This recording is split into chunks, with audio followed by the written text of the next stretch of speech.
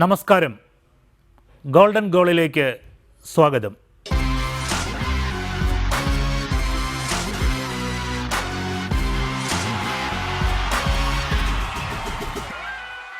ഏഴു തിരിയിട്ട് ജ്വലിപ്പിച്ച നിലവിളക്കിനടുത്തിരുന്ന് ആദരവോടെ കേൾക്കേണ്ട ഒരു കഥയാണ് ഗോൾഡൻ ഗോളിന് ഈ വാരം നിങ്ങളോട് പറയാനുള്ളത്. കേരളം ജന്മം നൽകിയ ഏറ്റവും പ്രതിഭാശാലിയായ വരുൺ ചന്ദ്രൻ എന്ന ഫുട്ബോൾ കളിക്കാരൻ്റെ ഉജ്ജ്വലമായ പോരാട്ടങ്ങളുടെയും വിജയങ്ങളുടെയും കഥ. 20 വയസ്സുവരെ മാത്രമേ അദ്ദേഹം കളിക്കാരനായി കളത്തിലുണ്ടായിരുന്നുള്ളൂ. അതിനിടയിൽ ജില്ലാ ടീം മുതൽ ഇന്ത്യൻ ക്യാമ്പ് വരെ എത്തി. സംസ്ഥാനത്തെ ഏറ്റവും മികച്ച കളിക്കാരനുള്ള സ്വർണ്ണ മെഡലും നേടി. IM വിജയൻ്റെ പിൻഗാമിയെന്ന് മാധ്യമങ്ങളും പരിശീലകരും ഒരുപോലെ വാഴ്ത്തി. പക്ഷേ എല്ലാം അപ്രതീക്ഷിതമായി വന്ന ഒരു പരിക്കിൽ അവസാനിച്ചു. അവിടെ നിന്നാണ് വരുണിൻ്റെ ജീവിതത്തിലെ യഥാർത്ഥ പോരാട്ടങ്ങൾ ആരംഭിക്കുന്നത്. ഇന്ന് സ്വന്തം വിമാനം പറത്തി നടക്കുന്ന വരുൺ IT മേഖലയിലെ എണ്ണപ്പെട്ടവരിൽ ഒരാളാണ്. തനിക്കിതെല്ലാം തന്നത് ഫുട്ബോളാണെന്ന് വരുൺ നന്ദിയോടെ അനുസ്മരിക്കുന്നു.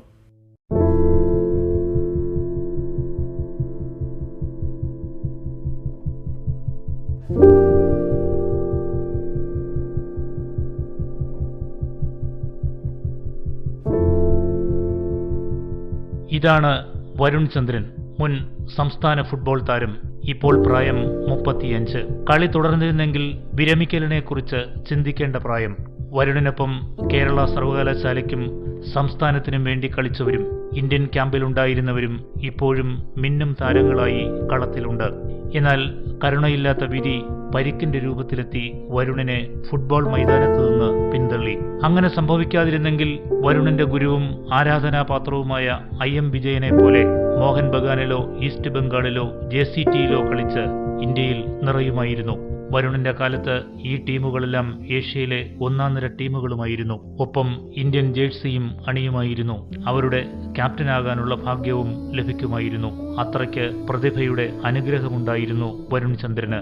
തോബിയാസും തോമസ് സെബാസ്റ്റ്യനും VP സത്യനും ഷറഫ് അലിയും CV പാപ്പച്ചനും വിജയനും കുരികേസ് മാത്യുവും KT ചാക്കോയും ഉൾപ്പെടുന്ന സുവർണ തലമുറയ്ക്ക് തൊട്ടു പിന്നാലെ വന്ന മറ്റൊരു സുവർണ തലമുറയിലെ തിളങ്ങുന്ന കണ്ണിയാണ് വരുൺ ചന്ദ്രൻ. ഇന്ത്യൻ താരം K അജയൻ, ഉസ്മാൻ, ദീപു, ഇപ്പോൾ KCB ടീമിന്റെ പരിശീലകനായ രമേശ്, ആസിഫ് സഹീർ, അബ്ദുൽ ഹക്കീം, നൌഷാദ്, ഇന്ത്യൻ സൂപ്പർ ലീഗിൽ ഇപ്പോഴും നിറഞ്ഞു നിൽക്കുന്ന മുഹമ്മദ് റാഫി എന്നിവർ സംസ്ഥാന ടീമിലും സർവകലാശാല ടീമിലും സ്പോർട്സ് ഹോസ്റ്റലിലും വരുണിന്റെ സഹകളിക്കാരോ പിന്തുടർച്ചക്കാരോ ആയിരുന്നു. ഇവരെല്ലാം പിന്നീട് എത്രയോ വർഷം തുടർച്ചയായി കേരളത്തിന് കളിച്ചിട്ടുണ്ട്. ചിലർ ഇന്ത്യൻ ടീമിലുമെത്തി. 2000-ന് ശേഷം കേരളം നേടിയ 3 സന്തോഷ് ട്രോഫികളിലും ഇവരുടെ പങ്ക് നിർണായകമായിരുന്നു. എന്നാൽ 2001-ന് ശേഷം വിധി വരുണിനെ ഇവരോടൊപ്പം കളിക്കളത്തിൽ ഒരുമിച്ചുകൂടാൻ അനുവദിച്ചില്ല. 15 വയസ്സ് മുതൽ 20 വയസ്സുവരെയുള്ള 5 വർഷക്കാലമേ വരുൺ സജീവമായി കളത്തിലുണ്ടായിരുന്നുള്ളൂ. എങ്കിലും അർത്ഥദീർഘമായിരുന്നു ആ ചെറിയ കാലയളവ്. അതിനിടയിൽ എത്താവുന്ന ഉയരങ്ങളിലെല്ലാം തന്റെ പ്രതിഭയുടെ അനന്തമായ കരുത്തുകൊണ്ട് വരുൺ എത്തിച്ചേർന്നിരുന്നു. ആ കഥ ഇങ്ങനെയാണ്. പത്തനാപുരം സെന്റ് സ്റ്റീഫൻസ് സ്കൂളിൽ 8ാം ക്ലാസ് വിദ്യാർത്ഥിയായിരിക്കുമ്പോഴാണ് വരുൺ ഫുട്ബോളിൽ ചിട്ടയായ പരിശീലനം ആരംഭിക്കുന്നത്. അതുവരെ പത്തനാപുരത്തെ പാടമെന്ന കുഗ്രാമത്തിൽ കൊയ്ത്തൊഴിഞ്ഞ പാടങ്ങളിലും പുറം പറമ്പുകളിലും പന്തു തട്ടി നടക്കുകയായിരുന്നു. മുൻ ഇന്ത്യൻ താരമായ മാത്യു വർഗീസിന്റെ ജ്യേഷ്ഠൻ ബാബു വർഗീസ് ആയിരുന്നു സ്കൂൾ ടീമിന്റെ പരിശീലകൻ. അദ്ദേഹത്തിന്റെ ചിട്ടയായ പരിശീലനത്തിൽ കളിയുടെ ബാലപാഠങ്ങൾ വരുൺ ഹൃദിസ്ഥമാക്കി. അദ്ദേഹത്തിന്റെ പരിശീലനം സെന്റ് സ്റ്റീവൻസ് സ്കൂളിനെ ജില്ലയിലെ മികച്ച ടീമാക്കി മാറ്റിയിരുന്നു. അങ്ങനെ സ്കൂൾ ടീമിനെ നയിച്ചുകൊണ്ടാണ് വരുൺ കാൽപന്തിന്റെ രാജവീതിയിലേക്ക് വരുന്നത്. സ്കൂൾ ടീമിലെ തകർപ്പൻ പ്രകടനം വരുണിനെ തിരുവനന്തപുരത്തെ സ്പോർട്സ് ഹോസ്റ്റലിൽ എത്തിച്ചു. നല്ല പരിശീലനവും കൃത്യമായ ഭക്ഷണവും സമർപ്പണവും കൂടിയായപ്പോൾ വരുണിലെ നാട്ടുമ്പുറത്തുകാരൻ മികച്ച സാങ്കേതിക തികവുള്ള കളിക്കാരനായി. ഒപ്പം കേരളത്തിന്റെ വമ്പൻ പ്രതീക്ഷയും. ഓരോ ദിവസവും പരിശീലനം കഴിഞ്ഞ് മടങ്ങുമ്പോൾ തന്റെ കളിയെ സ്വയം വിമർശനത്തിന് വിധേയമാക്കും. എവിടെയാണ് കുറവെന്ന് കണ്ടെത്തും. ആ കുറവുകൾ പരിഹരിക്കുവാനുള്ള ശ്രമത്തിലാകും. പിന്നെ അങ്ങനെ ഓരോ ദിവസവും കളിയെ തേച്ചു മിനുക്കും. പരിശീലകരുടെ നിർദ്ദേശങ്ങളിൽ നിന്ന് അണുപോലും വ്യതിചലിക്കില്ല. മനസ്സു നിറയെ കളി മാത്രം, കളി കൊണ്ടൊരു ജീവിതം. അതായിരുന്നു വരുണന്റെ അക്കാലത്തെ ഏറ്റവും വലിയ സ്വപ്നം. അന്ന് പത്രങ്ങളിൽ IM വിജയനെക്കുറിച്ചുള്ള വാർത്തകളും ഫീച്ചറുകളുമായിരുന്നു നിറയെ. വിജയന്റെ വാർത്തയോ പടമോ ഇല്ലാത്ത സ്പോർട്സ് പേജുകൾ തന്നെ വിരളമായിരുന്നു. വരുണിൽ ആവേശം നിറയ്ക്കുന്നതായിരുന്നു അവ. വിജയനെപ്പോലെ കളിക്കാനും ആരാധകർക്ക് നടുവിൽ അഭിമാനത്തോടെ നിൽക്കാനും കൊതിച്ചിരുന്ന കാലം. അതിനുവേണ്ടിയുള്ള കഠിന പ്രയത്നമായിരുന്നു എന്നും. പട്ടിണിയിലും ഇല്ലായ്മയിലും കഷ്ടപ്പാടിലും ഉഴലുന്ന വീട്ടുകാരെ തന്റെ കളി കൊണ്ട് മാത്രം രക്ഷിക്കാൻ കഴിയുമെന്ന ചിന്ത കളിക്കളത്തിൽ ഏതു സാഹസത്തിനും വരുണിനെ പ്രാപ്തനാക്കിയിരുന്നു. വിജയനും ഇങ്ങനെ ഒരു പശ്ചാത്തലത്തിൽ നിന്ന് വരുന്നവനാണെന്നുള്ള അറിവും വരുണിനെ ആവേശഭരിതനാക്കി.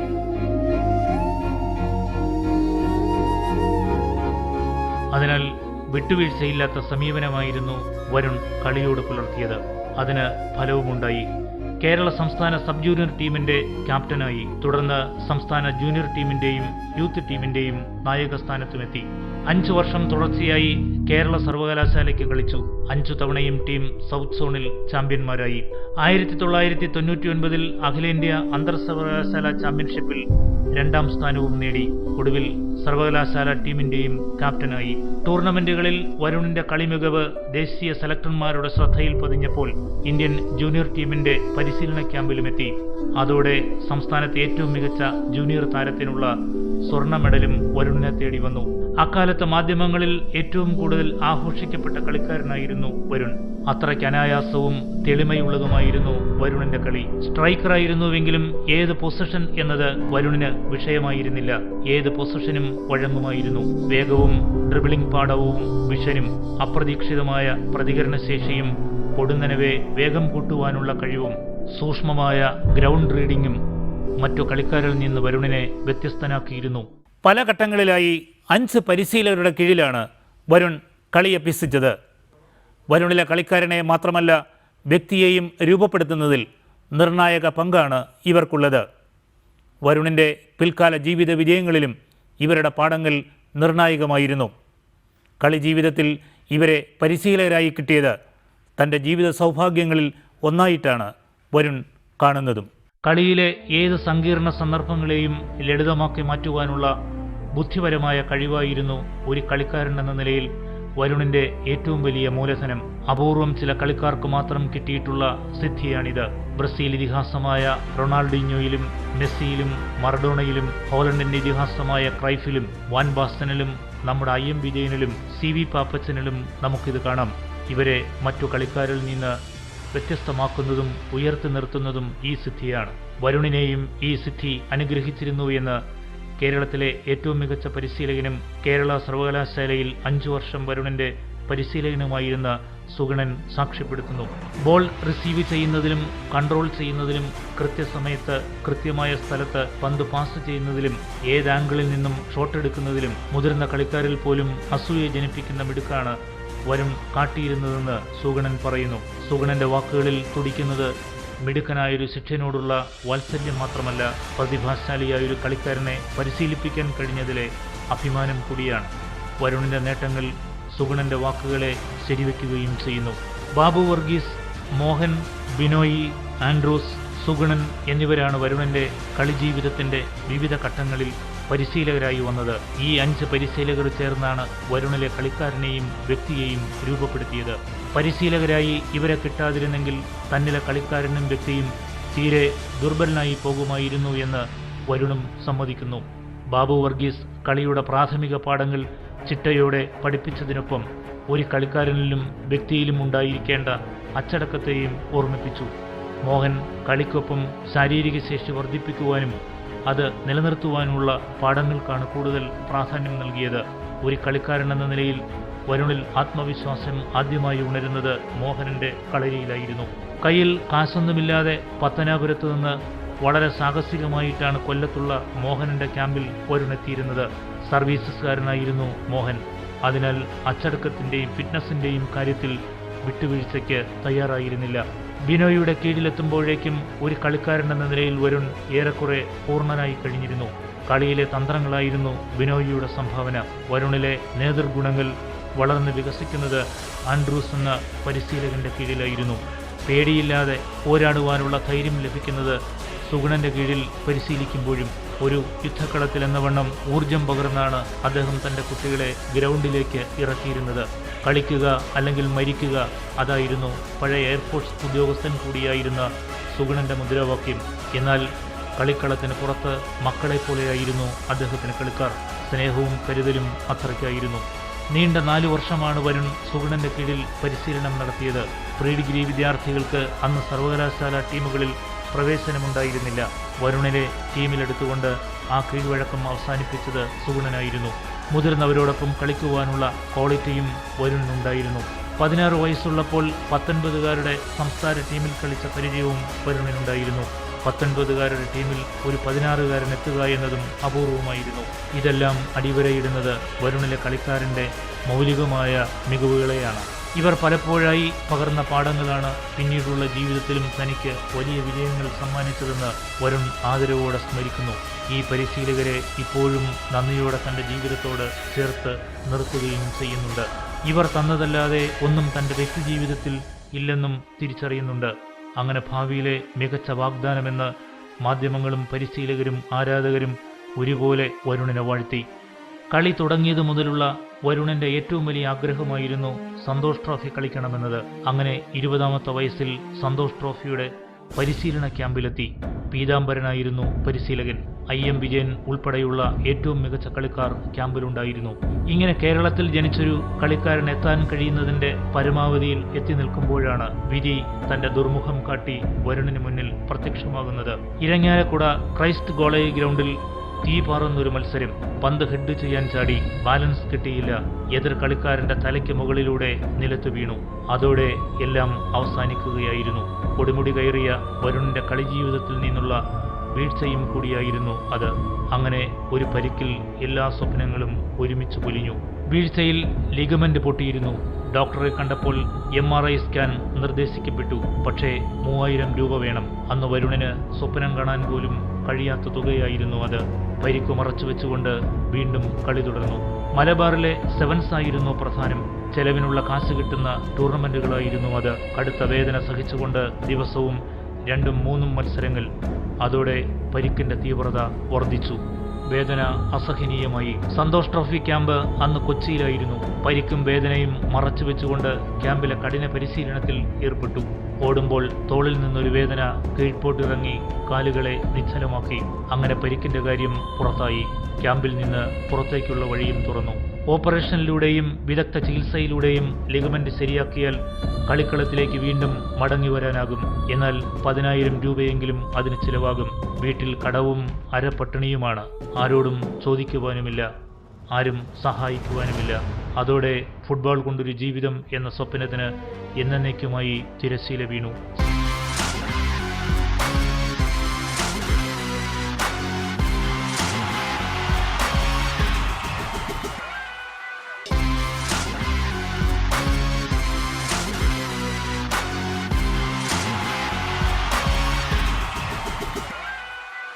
തീർത്തും ദരിദ്രമായ ചുറ്റുപാടുകളിലാണ് വരുൺ വളർന്നത്. കൂപ്പിലെ തടിവെട്ടുകാരനായിരുന്നു പിതാവ്. പിതാവിൻ്റെ ചെറിയ വരുമാനത്തിലായിരുന്നു കുടുംബം പുലർന്നിരുന്നത്. പഠനത്തിലും കളിയിലും ഒരുപോലെ മിടുക്കനായിരുന്ന വരുണിൻ്റെ ഭാവിയിൽ വലിയ പ്രതീക്ഷയായിരുന്നു അവർക്ക്. എല്ലാം തകർന്നപ്പോൾ അവരും നിരാശരായി. കൊല്ലം ജില്ലയിലെ പത്തനാപുരത്തിനടുത്തുള്ള പാടം എന്ന കുഗ്രാമത്തിലാണ് വരുൺ ജനിച്ചത്. കൂപ്പിലെ തടിവെട്ടുകാരനും ചുമട്ടുകാരനുമായിരുന്നു പിതാവ് ബാലചന്ദ്രൻ. അമ്മ ഗീതയും സഹോദരൻ അരുൺ ചന്ദ്രനും അടങ്ങുന്നതായിരുന്നു കുടുംബം. അച്ഛന് ലഭിച്ചിരുന്ന ചെറിയ കൂലി മാത്രമായിരുന്നു ഏക വരുമാനം. പകലന്തിയോളം ചുമടെടുത്ത് തളർന്നു വരുന്ന അച്ഛൻ്റെ വിയർപ്പ് നിറഞ്ഞ മുഖവും ചെറിയ വരുമാനത്തിനുള്ളിൽ വീട്ടിലെ അടുപ്പ് പുകയ്ക്കാൻ പാടുപെടുന്ന അമ്മയുടെ നിസ്സഹായത നിറഞ്ഞ വിഷാദം തുളുമ്പുന്ന മുഖവും അരുണിന്റെ കുട്ടിക്കാലത്തെ കൊള്ളുന്ന ഓർമ്മകളാണ്.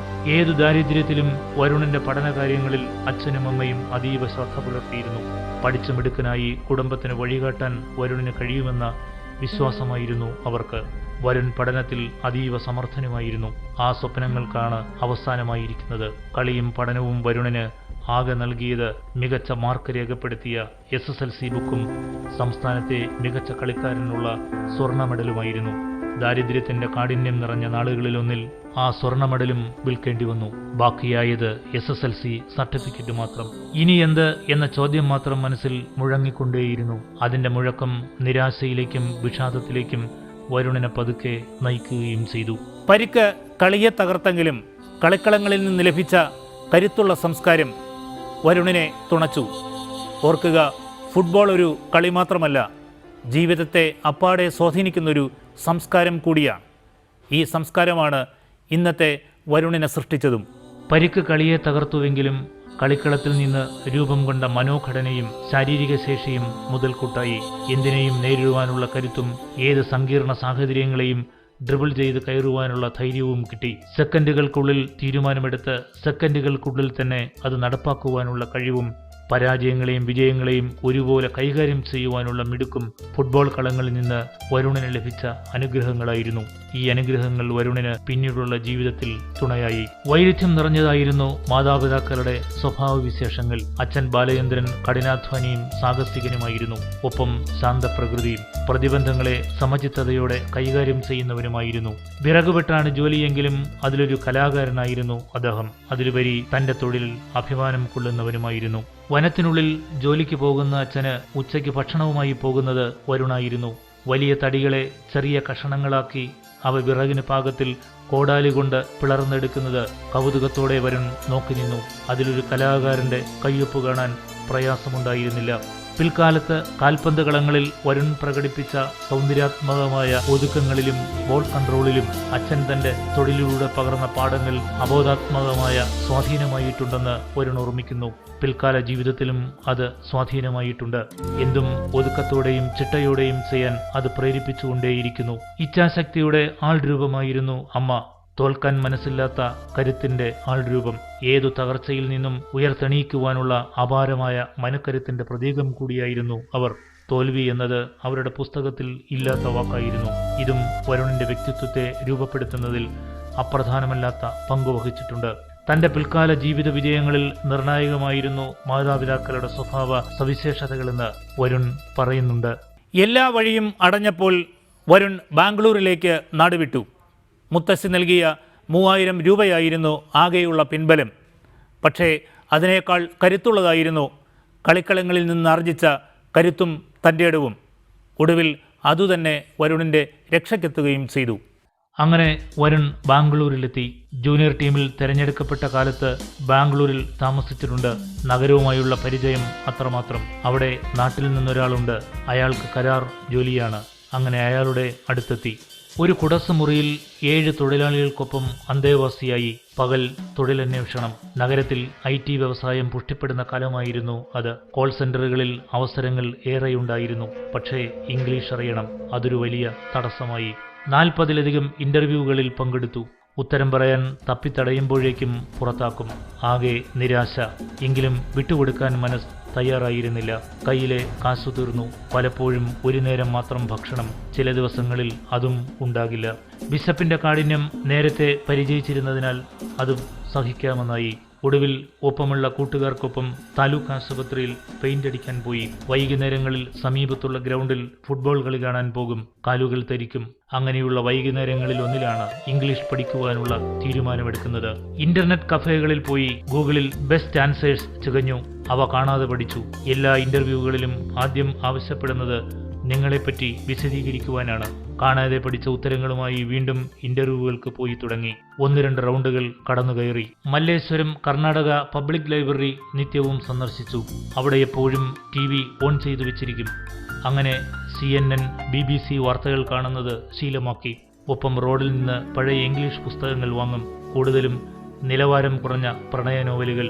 ഒരു ഇംഗ്ലീഷ് മലയാളം ഡിക്ഷണറിയും വാങ്ങി. രാത്രി ഉറങ്ങാതെ ഇരുന്ന് വായിച്ചു.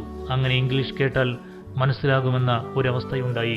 ഒരു ദിവസം ഒരു വൻകിട IT കമ്പനിയുടെ കോൾ സെന്ററിൽ ഒരു ഇന്റർവ്യൂ. ആത്മവിശ്വാസത്തോടെ പങ്കെടുത്തു. ഫൈനൽ റൗണ്ടിലെത്തി. അപ്പോഴാണ് ഒരു അമേരിക്കൻ സായിപ്പ് പ്രത്യക്ഷപ്പെടുന്നത്. അയാൾ ചോദിക്കുന്നതൊന്നും മനസ്സിലായില്ല. താൻ ഫുട്ബോളറാണെന്ന് ആദ്യമേ പറഞ്ഞിരുന്നതിനാൽ സായിപ്പ് ഫുട്ബോളിലേക്ക് കടന്നു. അപ്പോഴെല്ലാം മനസ്സിലായി തുടങ്ങി. ഫുട്ബോളിന് ലോകത്തെവിടെയും ഒരേ ഭാഷയാണെന്ന പുതിയ അറിവും ലഭിച്ചു. പിന്നീട് അറിയിക്കാം എന്ന് പറഞ്ഞ് സായിപ്പ് ഫയൽ മടക്കി. അപ്പോൾ സമയം വളരെ ഇരുട്ടിയിരുന്നു. കോൾ സെന്ററിൽ നിന്ന് ബസ് സ്റ്റാൻഡിലെത്താൻ നന്നേ ദൂരമുണ്ടായിരുന്നു. നടന്ന് ക്ഷീണിച്ച് അവിടെ എത്തുമ്പോൾ ബസ്സെല്ലാം പോയി കഴിഞ്ഞിരുന്നു. ബസ് സ്റ്റാൻഡ് നിറയെ തെരുവ് പട്ടികൾ. ഫയലും തലയ്ക്കൽ വെച്ച് അവിടെ കിടന്നുറങ്ങി. ഭാവി ജീവിതത്തെക്കുറിച്ച് ഉത്തരമില്ലാത്ത ചോദ്യങ്ങൾ അപ്പോഴും മനസ്സിൽ മുഴങ്ങിക്കൊണ്ടേയിരുന്നു. ഫുട്ബോൾ ആരാധകൻ കൂടിയായിരുന്ന സായിപ്പ് സെയിൽസ് ജോലിക്കായി വരുണിനെ ശുപാർശ ചെയ്തിരുന്നു. ഫുട്ബോൾ ആരാധകർ ലോകത്തെവിടെയും ഒറ്റക്കെട്ടാണെന്ന കാര്യം ബോധ്യപ്പെടുത്തുന്നത് കൂടിയായിരുന്നു ആ ശുപാർശ. മാസം 6500 രൂപ ശമ്പളം. നിർഭാഗ്യം അവിടെയും പ്രത്യക്ഷപ്പെട്ടു. 1 മാസം കഴിഞ്ഞപ്പോൾ അവിടെ നിന്നും പിരിച്ചുവിട്ടു. ജോലിയിൽ മിടുക്ക് കാണിച്ചിരുന്നെങ്കിലും നിയമപരമല്ലാത്ത അമിത ഡിസ്കൗണ്ട് നൽകിയതിനായിരുന്നു പിരിച്ചുവിടൽ. തുടർന്ന് 2 കമ്പനികളിലും കൂടി ഈ അനുഭവം ആവർത്തിച്ചു. ശമ്പളമായി കിട്ടിയ 6500 രൂപ നഷ്ടപ്പെടുത്താതെ കമ്പ്യൂട്ടർ കോഴ്സിനും സ്പോക്കൺ ഇംഗ്ലീഷ് കോഴ്സിനും ചേർന്നു. ബാംഗ്ലൂരിൽ നിന്ന് പതുക്കെ ഹൈദരാബാദിലേക്ക് തട്ടകം മാറ്റി. അവിടെ പതുക്കെ ഉറച്ചു. അടുത്ത 10 വർഷം ഒറാക്കിൾ, സാപ്പ് മുതലായ ലോകത്തിലെ വമ്പൻ കമ്പനികളിൽ ജോലി ചെയ്തു. ജോലിയിലെ മിടുക്കിൽ തൃപ്തരായ കമ്പനി വരുണിനെ അമേരിക്കയിലേക്ക് അയച്ചു. ജോലിക്കൊപ്പം അവിടുത്തെ ഒരു ക്ലബിൽ രജിസ്റ്റർ ചെയ്ത് കളിയും തുടർന്നു. കളി സഹകളിക്കാർക്ക് ഇഷ്ടപ്പെട്ടു. അങ്ങനൊരു വലിയ സുഹൃത്ത് വലയം അവിടെ രൂപപ്പെട്ടു. അവരോടൊപ്പം അവരുടെ വീടുകൾ സന്ദർശിച്ചു. കാപ്പിക്കടകളിൽ ഒരുമിച്ച് പോയി. അവരുമായുള്ള ഇടപെടൽ ഇംഗ്ലീഷിനോടുള്ള ഭയത്തെ അവസാനിപ്പിച്ചു. അതോടെ ആരോടും സംസാരിക്കാനും ഇടപഴകാനും കഴിയുമെന്നായി. പഴയ ഫുട്ബോൾ ഹോസ്റ്റലിലെ തുറന്ന ചങ്ങാത്തങ്ങളും കളിക്കളത്തിലെ കൂട്ടായ്മയുമാണ് ഇവിടെയും തുണയായത്. ഇതിനിടയിൽ കമ്പനി വരുണിനെ സിംഗപ്പൂരിലേക്ക് അയച്ചു. പണവും പദവിയും വരുണിനെ ഉന്മത്തനാക്കിയില്ല. വീടും കനത്ത മതിലും വില കൂടിയ കാറുകളും ഒന്നും വരുണിൻ്റെ സ്വപ്നങ്ങളിലില്ല. തൻ്റെ ദരിദ്രമായ ബാല്യകാലവും പരിക്ക് ചികിത്സിക്കാൻ പണമില്ലാതെ വലഞ്ഞ പകലുകളും കുട്ടിക്കാലത്തെ വിശപ്പും വരുണിനിപ്പോഴും പൊള്ളുന്ന ഓർമ്മകളാണ്. അതുകൊണ്ട് തന്നെ അങ്ങനെയുള്ള അനുഭവങ്ങൾ ആർക്കും ഉണ്ടാകരുതെന്ന ആഗ്രഹവുമുണ്ട്. താൻ സമ്പാദിക്കുന്ന പണത്തിൻ്റെ വലിയൊരു അംശത്തിന് അവകാശികൾ സമാന ദുരിതങ്ങളിൽപ്പെട്ട് ഉഴലുന്നവരാണെന്ന തിരിച്ചറിവുമുണ്ട്. ഇംഗ്ലീഷിൽ പ്രാവീണ്യം നേടിയതോടെ IT മേഖലയുടെ പുതിയ സാധ്യതകൾ വരുൺ ആരായാൻ തുടങ്ങി. അപ്പോഴാണ് പുതിയൊരു വെളിച്ചം ലഭിച്ചത്. ആവശ്യമുള്ള ഡേറ്റകൾ അതിവിപുലമാണ് ഇന്റർനെറ്റിൽ. അവ വേർതിരിച്ചുപയോഗിക്കുക കമ്പനികളെ സംബന്ധിച്ച് എളുപ്പവുമല്ല. കാര്യമായ ഡേറ്റയുണ്ടെങ്കിൽ കമ്പനികൾക്കത് എളുപ്പമാകും. എതിരാളികളെയും മനസ്സിലാക്കാം. അങ്ങനെ വരുൺ സ്വന്തം ബെഡ്റൂമിൽ കോർപ്പറേറ്റ് 360 എന്ന പേരിൽ ഒരു ഡേറ്റ കമ്പനി തുടങ്ങി. ഫുട്ബോൾ കളിച്ചു നടന്ന കാലത്തെ ചില ഗുണങ്ങൾ ഇവിടെയും സഹായത്തിനെത്തി. അതിലൊന്ന് സമർപ്പണമായിരുന്നു. കളിച്ചിരുന്ന കാലത്ത് കളിയല്ലാതെ മറ്റൊന്നും ശ്രദ്ധിച്ചിരുന്നില്ല. ഓരോ ദിവസവും എങ്ങനെ കൂടുതൽ മെച്ചപ്പെടുത്താമെന്നായിരുന്നു ചിന്ത. അതിനുവേണ്ടിയെല്ലാം സമർപ്പിച്ചിരുന്നു. മറ്റൊന്ന് വിശ്രമമില്ലാതെയുള്ള പരിശീലനമായിരുന്നു. അങ്ങനെ സമർപ്പണവും വിശ്രമമില്ലാതെ അധ്വാനിക്കുവാനുള്ള മനസ്സും ഇവിടെയും തുണയായി. ഉറങ്ങാതെ അധ്വാനിച്ചു. $400 നൽകി നെറ്റിൽ സ്ഥലമെടുത്തു. $500 നൽകി ഒരു ഇസ്രായേൽ കമ്പനി വരിക്കാരാകാൻ വന്നപ്പോൾ അത്ഭുതപ്പെട്ടു. തന്റെ തുടക്കം ഗംഭീരമായെന്ന ചിന്ത അഭിമാനം പകർന്നു. പിറ്റേന്നു തന്നെ ജോലി രാജിവെച്ചു. വരുൺ നേരത്തെ ജോലി ചെയ്ത വമ്പൻ കമ്പനികൾ വരെ പിന്നീട് വരിക്കാരായെത്തി. 3 വർഷം മുമ്പ് സിംഗപ്പൂർ ആസ്ഥാനമാക്കി ഉണ്ടാക്കിയ കമ്പനി ഇന്ന് മികവിന്റെ ഏറ്റവും നല്ല ഉദാഹരണമായി. ഫോബ്സ് മാസികയുടെ പട്ടികയിലുള്ള ലോകത്തെ മുന്തിയ 500 കമ്പനികളിൽ 16 എണ്ണം വരുണിന്റെ സോഫ്റ്റ്വെയറിന്റെ വരിക്കാരാണിപ്പോൾ. 300 കമ്പനികൾ നിലവിൽ വരിക്കാരായുണ്ട്.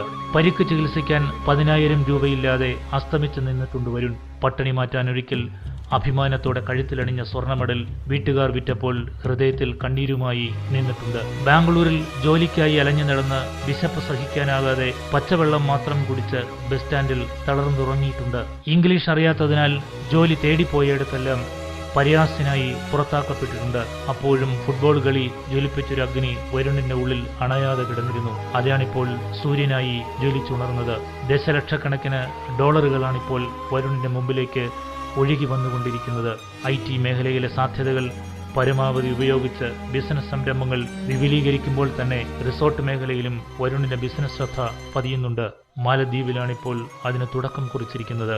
സമ്പത്തും സ്ഥാനമാനങ്ങളുമൊന്നും വരുണിന് ജനിച്ച നാടിനെയും നാട്ടുകാരെയും മറക്കുവാനുള്ള ഉപാധികളല്ല. കാരണം വരുൺ ഫുട്ബോൾ കളങ്ങളിൽ നിന്ന് പഠിച്ചത് ഒരുമയുടെ പാഠങ്ങളാണ്. വിജയപരാജയങ്ങൾ 11 പേർ ചേർന്ന് പങ്കിട്ടെടുക്കുന്ന മാനവീയതയുടെ സ്നേഹഗീതങ്ങളാണ്.